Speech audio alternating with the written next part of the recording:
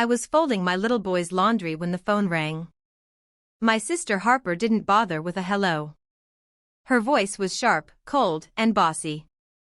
"You're watching Mia tonight," she said, like it wasn't a request but an order. I closed my eyes and rubbed the bridge of my nose. "Harper, I can't. I have a night shift at the diner. You'll need to find someone else." There was silence. Then I heard her inhale, slow and cruel. She gave a short laugh that carried poison. "You think you can say no to me? Just wait until I tell Dad." And before I could answer, she hung up. I brushed it off. Harper was always dramatic. Ever since we were kids, our parents had treated her like royalty. If she wanted the moon, they would build a ladder for her. Me? I was the mistake. The warning story.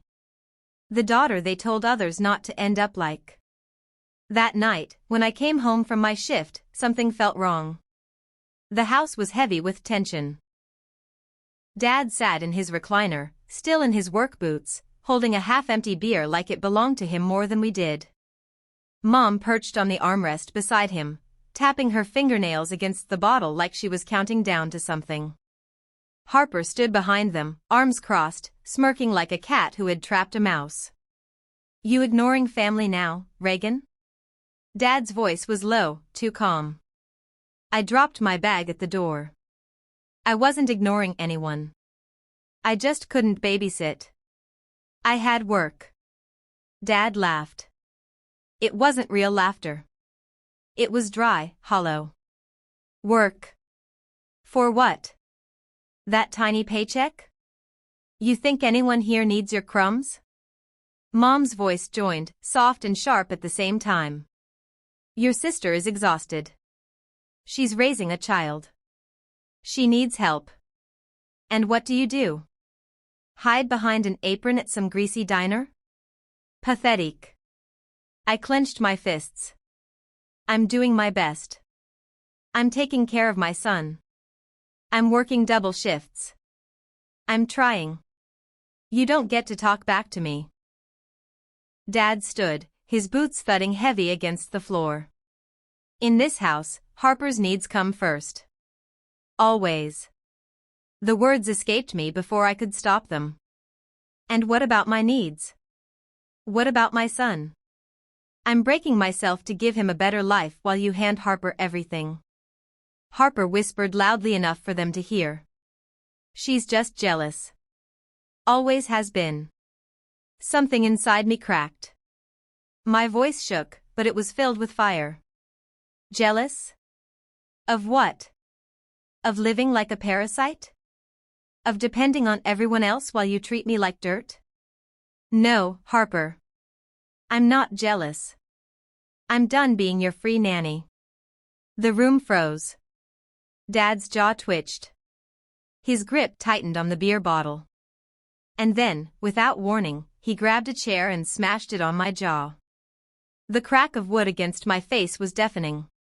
Pain exploded across my jaw. I hit the floor hard. My vision blurred.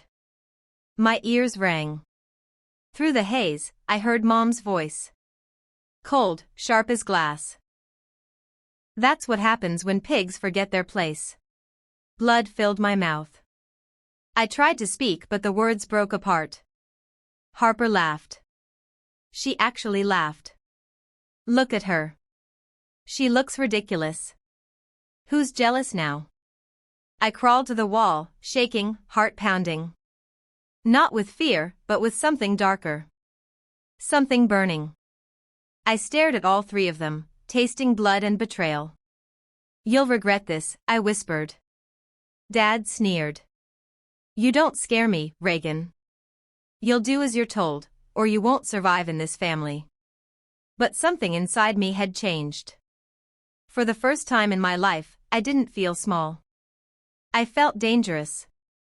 That night I sat on the bathroom floor with frozen peas pressed to my swollen face.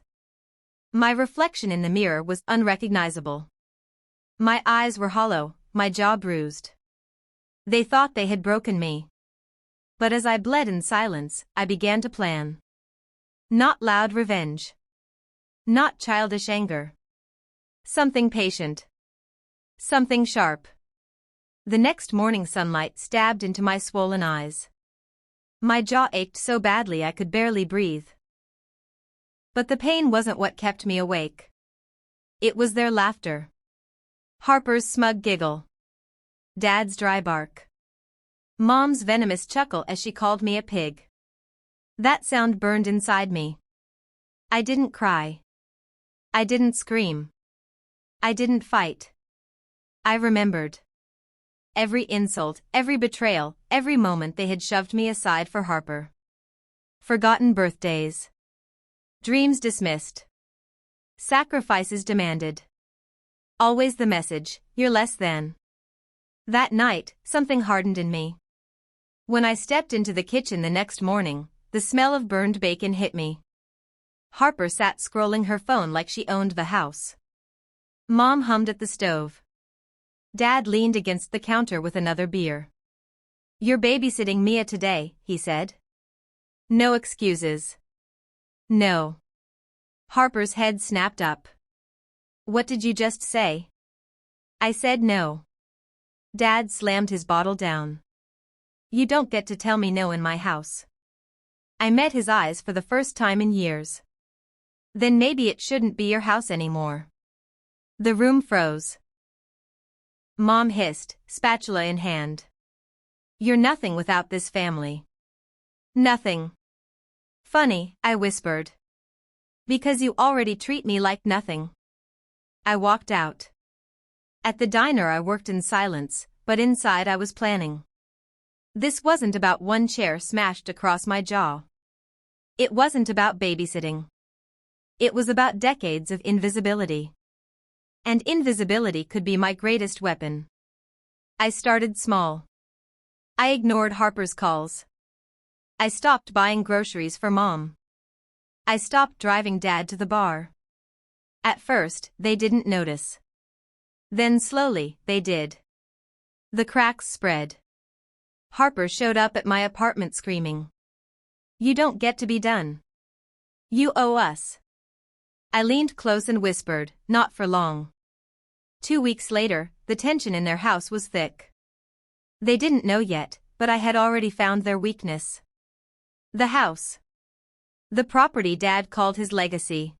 And the title wasn't in his name. It was in mine. Years ago, when Dad was broke, he tricked me into co-signing. He thought I'd never notice. But I noticed. I waited. And now the papers were ready. The day of Harper's grand brunch came. She had invited half the neighborhood to show off her perfect life. I arrived in silence, jaw still aching but spirit stronger than ever. Harper sneered. "Wow. You showed up." "Trust me," I said softly. "I remember exactly where I came from." Then a sleek car pulled up. Out stepped Mr. Holloway, the developer Dad had bragged about for years. He didn't walk to Dad. He walked to me. "Miss Reagan," he said warmly, shaking my hand. "Everything is finalized. As of today, the property belongs to you alone. Congratulations." The crowd gasped. Dad's face went pale.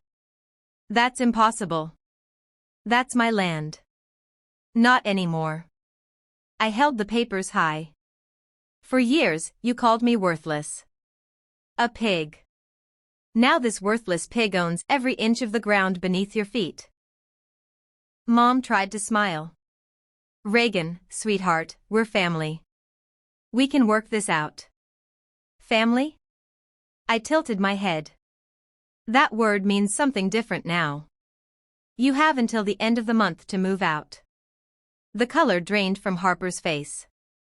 Dad lunged, but Holloway stepped between us. "Touch her, and you'll be arrested. She's the legal owner." For the first time, Dad looked small. Powerless. I didn't stay for their begging or their tears. By the time I reached my car, I could hear Harper crying, Mom pleading, Dad shouting threats that no longer mattered. 2 weeks later, I drove past one last time. The yard was overgrown. Curtains gone. A for rent sign stood at the driveway. I had leased it to strangers. Their kingdom, gone. That was my revenge. Not screaming. Not violence. Erasure.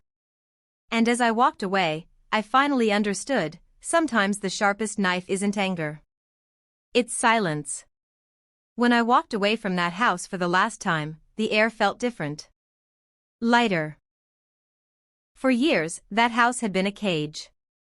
Every corner of it held echoes of insults, commands, and the sound of me being silenced. But now, for the first time, it wasn't theirs anymore. It was mine. And yet, even with that victory, my chest felt heavy. Because revenge doesn't erase the scars. Winning doesn't remove the nights I cried into a pillow, or the birthdays forgotten, or the chair slammed into my face. Those memories lived inside me like shadows. But I had decided something: if I couldn't erase the shadows, I could use them. I could build something stronger out of them. At the diner, people noticed I was different. My smile wasn't fake anymore. It wasn't for them either, it was for me. When I served coffee, when I cleared plates, when I cleaned tables, I wasn't the weak daughter in my parents' house anymore. I was the woman who had taken her life back. Customers who used to treat me like I was invisible started looking at me with respect. They didn't know my story, but they could feel something had shifted. Confidence leaves a trail behind you. It makes people notice even when you say nothing.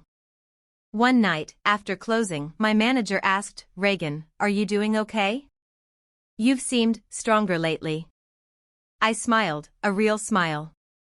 I am okay. For the first time in my life, I am. I took the rent money from the house and opened a savings account. Not for me, for my son. Every month, I added to it. I pictured him growing up free, never having to beg for love, never having to wonder if he was enough. Because I knew the truth, my revenge wasn't only about punishing them. It was about breaking the cycle. Ending the pattern of cruelty that had been handed down like a family recipe. Of course, my family didn't stay quiet. Mom sent texts full of guilt. "We're still your parents. Blood is blood." Dad left angry voicemails. "You'll regret crossing me."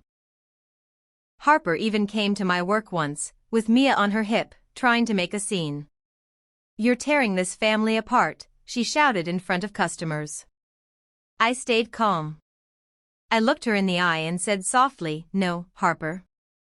I'm just not letting this family tear me apart anymore." She didn't know how to answer that. She stormed out, dragging her child with her. Nights were the hardest. When my son was asleep, I sometimes sat alone in the quiet and thought about the little girl I used to be. The one who tried so hard to please Mom.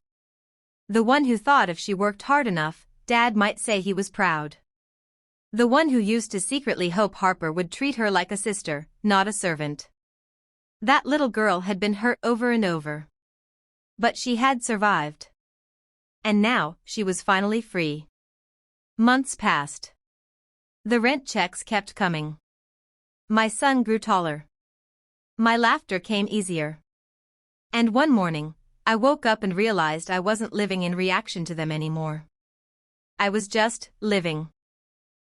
That was the greatest revenge of all. Because while they were stuck in the ruins of their own bitterness, I was building a new life. A life where my son would grow up knowing he was enough. A life where I didn't have to bow, beg, or apologize for existing. A life where silence wasn't punishment, but peace. I tell this story not because I want sympathy, and not because I want applause. I tell it because someone out there is living the same nightmare I lived. Someone is being told they're worthless. Someone is being used, manipulated, beaten down until they believe they have no power. But I am living proof, you have power. Even when they tell you you don't. Even when they try to take it away. Even when they break your body and laugh while you bleed. You still have power. Sometimes, the strongest move is not to fight their way. Sometimes, the strongest move is to wait. To plan. to rise when they least expect it. Please like and subscribe for more videos. Also comment where you're watching from.